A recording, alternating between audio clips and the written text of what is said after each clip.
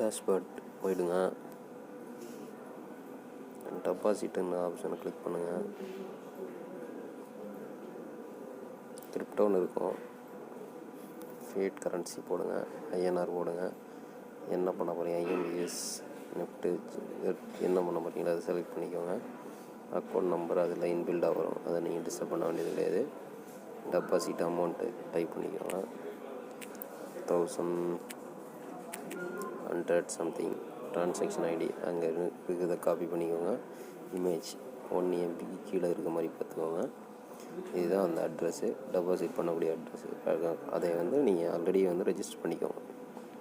சரியா? இந்த மாதிரி வரும் உங்களுக்கு. நீங்கள் ஓகே ஆயிடுச்சுன்னா எவ்வளோ டெபாசிட் பண்ணியிருக்கீங்க அப்படிங்கிறத டீட்டெயில் இதில் வரும். Okay, thank you.